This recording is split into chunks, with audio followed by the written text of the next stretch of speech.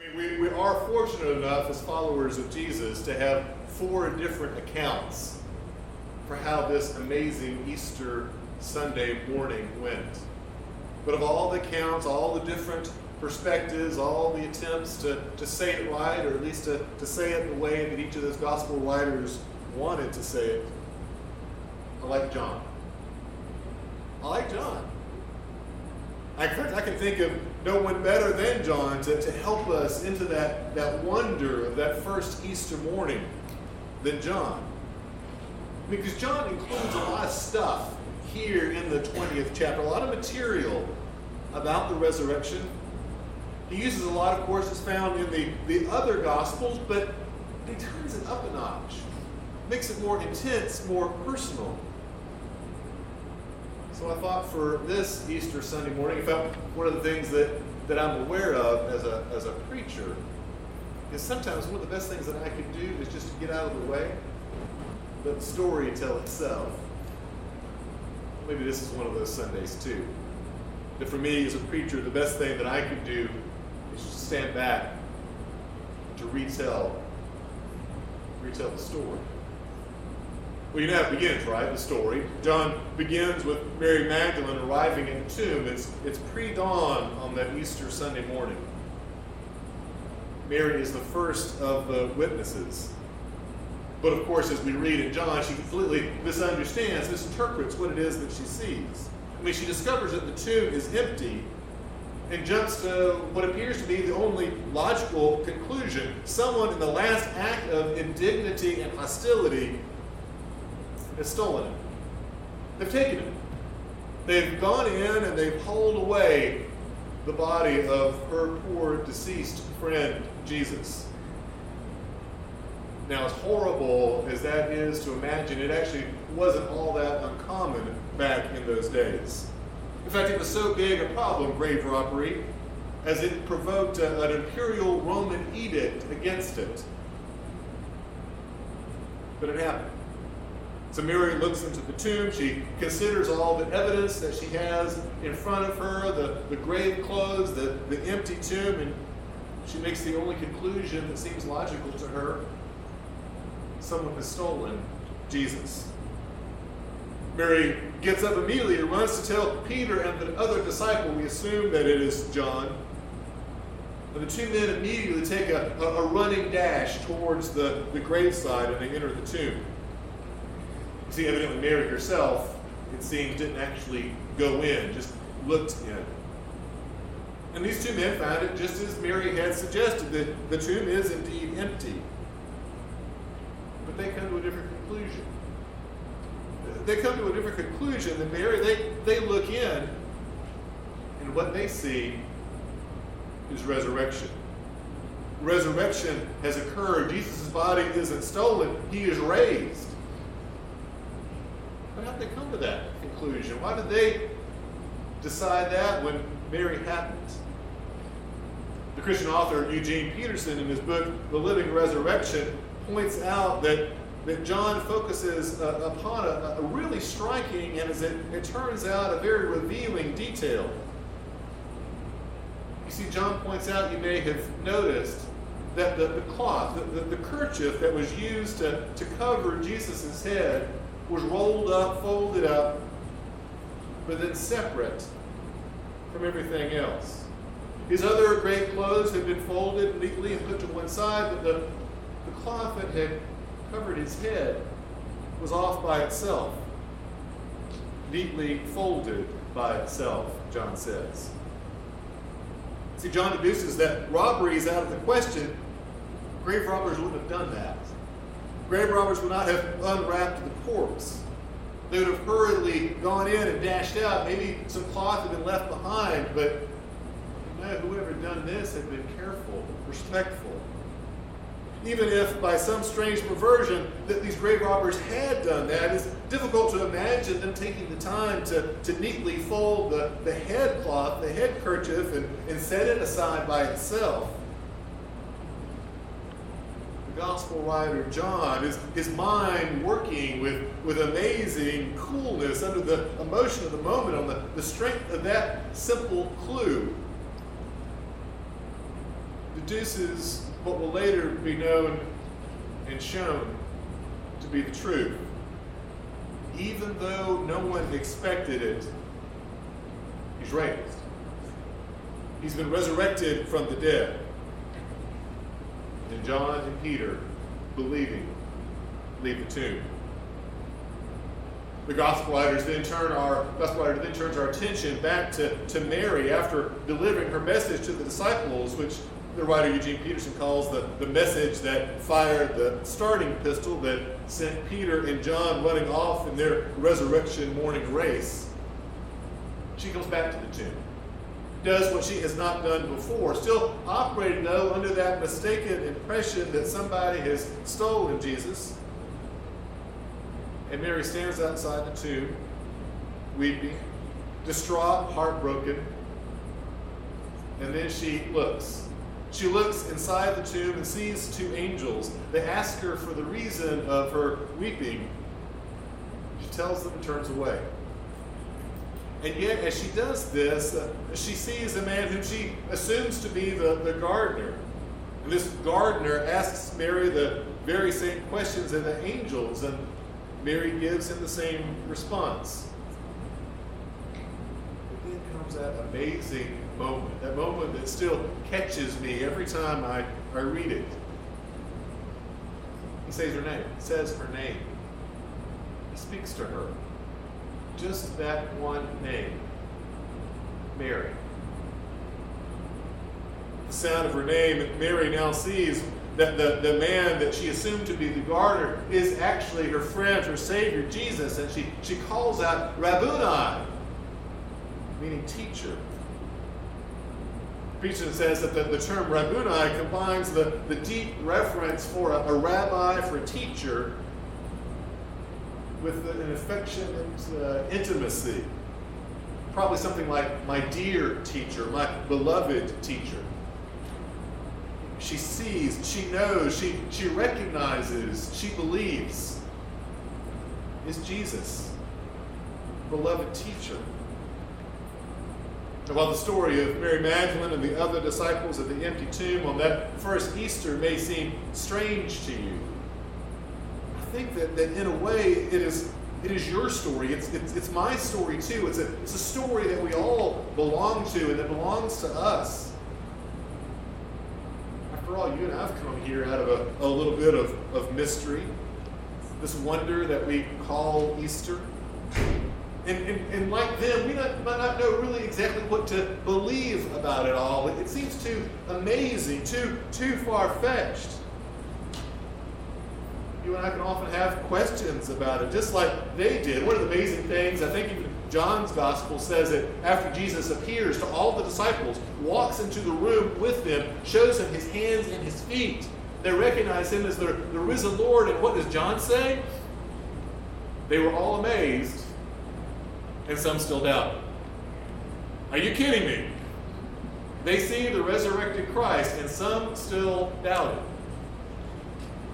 It's a wonder that we do any better than we do in our doubts, in our questions. I mean, like Mary Magdalene, like the other disciples, you and I may not know for sure exactly who this is. Who is this Jesus, and what in the world has happened to him, and can we really believe what has happened to him?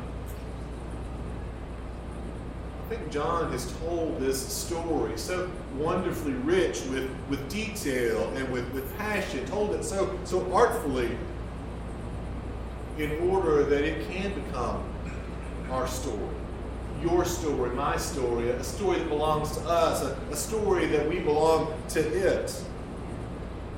One of the things we might know, and I found, again, Peterson really very helpful with this, is that however many resurrection hints there may have been in the ancient Jewish and Roman world preceding this, when a resurrection actually happened, no matter how many times Jesus had told them about it, it even took those who were closest to it, who witnessed it for themselves.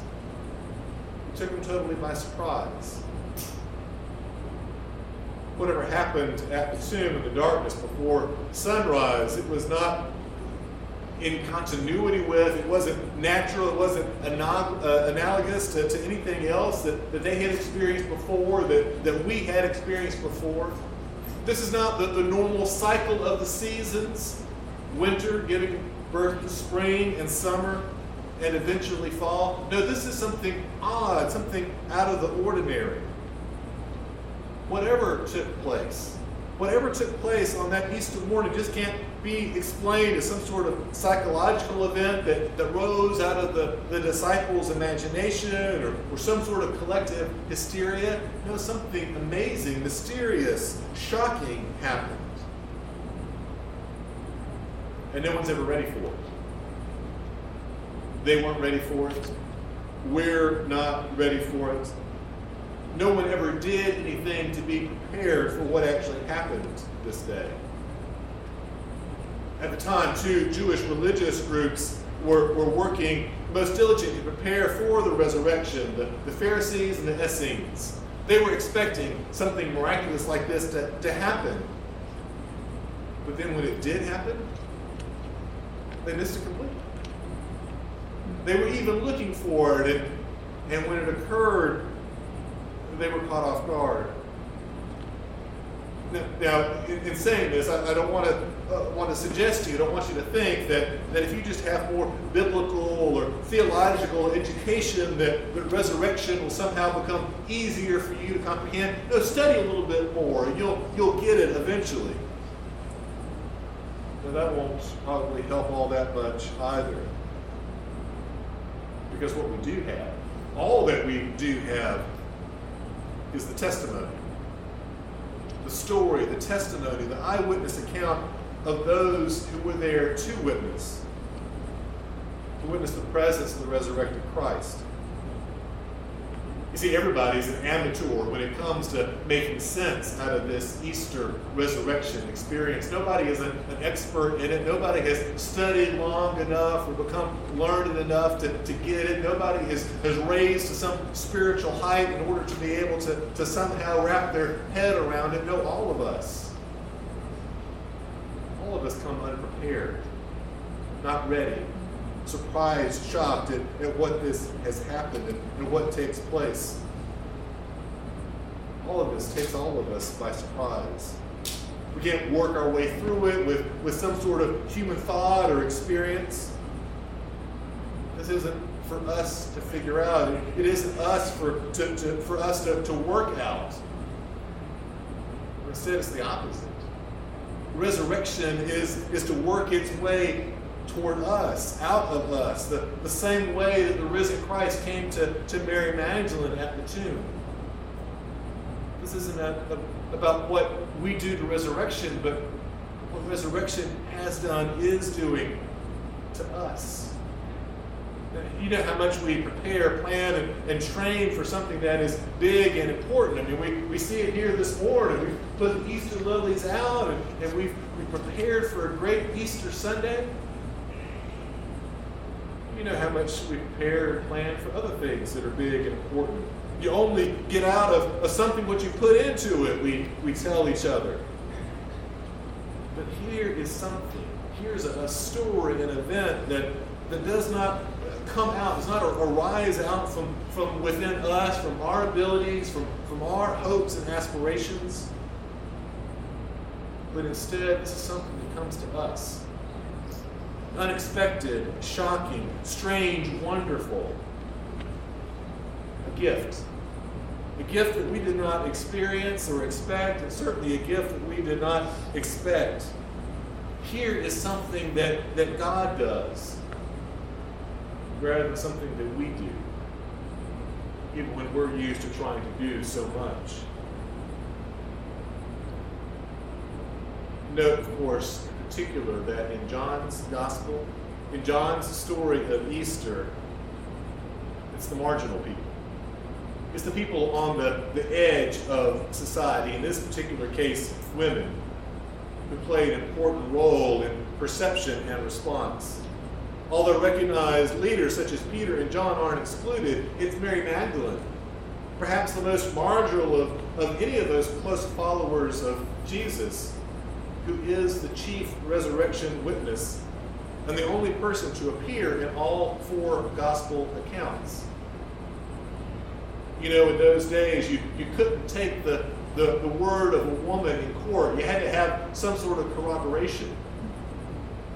And yet our story, the way that we know is true, comes from one of the most marginalized people of her day.